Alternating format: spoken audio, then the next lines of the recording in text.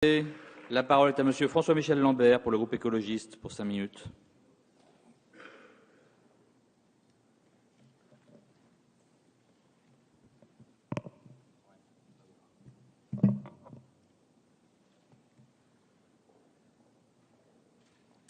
Monsieur le Président, Monsieur le Ministre, Mesdames et Messieurs les rapporteurs, chers collègues. Donc, ce sujet, ce matin, est un sujet plein de passion. Passion parce que l'Italie est notre histoire. La France est-elle enracinée dans l'histoire latine? Oui. Et aujourd'hui, nous ne souhaitons pas mettre un coup de canif dans un contrat, dans une alliance avec l'Italie, notre voisine. Mais parfois, faut-il se poser les bonnes questions. Passion aussi parce que nous sommes face à un enjeu, celui de l'insupportable trafic de poids lourds incessant qui passe en tout lieu. Et je vous rassure, chers collègues, même sur les circonscriptions où il y a des écologistes, et peut-être plus sur certaines circonscriptions, notamment du côté de Aix-Marseille, qui est la région qui souffre le plus de la pollution atmosphérique en France, un jour sur trois par an, nous avons un dépassement de la pollution atmosphérique chez nous. Donc nous savons de quoi nous parlons, nous savons de quoi souffrent nos concitoyens. La réalité des flux aussi. On parle des flux, mais parlons-en. 6 millions de camions. 6 millions de camions au passage pyrénéen. On est bien loin de la réponse. 2,7 millions au passage alpin. Certes, mais où est-ce qu'ils passent? En région Provence-Alpes-Côte d'Azur. Et mes collègues ici présents le savent tout aussi bien que moi. Au passage de Vintimille, effectivement. Donc aussi, d'autres questions sont à se poser. Et on est bien loin de Lyon. Alors, une grande part de ces camions, d'où viennent-ils? Est-ce que c'est des échanges économiques? Est-ce que c'est de la valorisation pour notre pays? Non, c'est du transit. Transit, qui dit transit, à un moment donné, il faut qu'ils payent leur part. Et oui, il y avait une solution, comme mon collègue Pancher l'a nommé tout à l'heure, qui s'appelait, malheureusement au passé, écotaxe.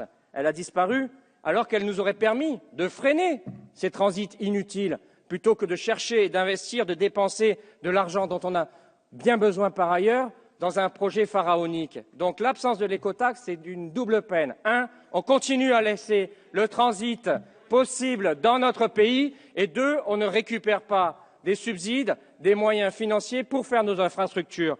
Donc commençons par ce qui est à faire. Maintenant, parlons d'autre chose.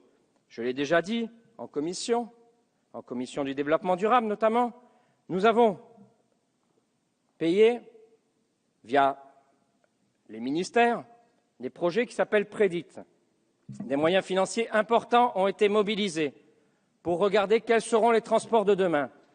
Dans ce document, que tout le monde a bien lu, vous trouverez évidemment les innovations réelles d'aujourd'hui, pas un futur tunnel. Les innovations réelles d'aujourd'hui, c'est le wagon automoteur qui fonctionne dans les autres pays, qui va être lancé chez nous, qui va requalifier les voies que l'on dit être obsolètes. Ces voies du 19e siècle vont être qualifiées.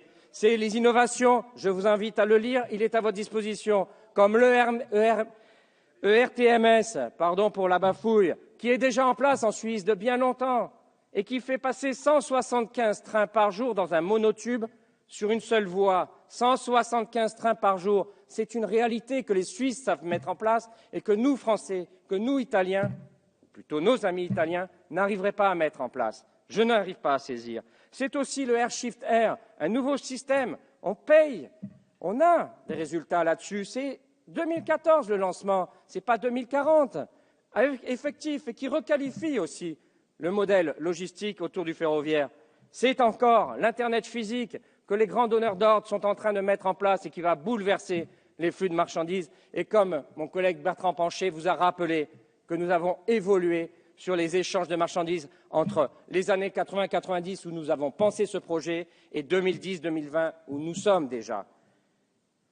Je n'oublierai pas les autoroutes de la mer, qui sont également une réponse qui se déploie un peu partout. Pourquoi n'y a-t-il pas d'autoroute de la mer entre l'Espagne et l'Italie, évitant ces transits inutiles, voire entre la France et l'Italie? Il n'y en a pas.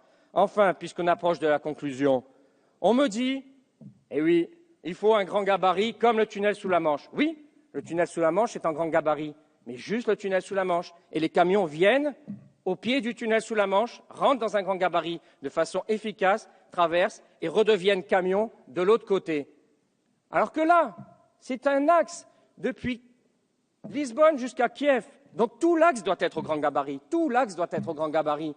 Et non pas juste un maillon. Ça n'a aucun sens. D'ailleurs, la commission Mobilité 21 n'a pas qualifié l'axe ferroviaire Perpignan-Montpellier qui aurait permis d'avoir une logique. Donc on est vraiment illogique. C'est ce que dit d'une certaine manière Yves Crozet, membre non politique de la commission Mobilité 21, qui est très critique sur le tunnel Lyon-Turin. Et donc je vous invite à relire son courrier. Puisque c'est un expert, écoutons aussi de temps en temps les experts.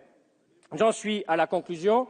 Et pour ressortir par le positif, nous, au niveau des écologistes, nous disons depuis nombre d'années que nous devons rentrer dans un autre format d'échange.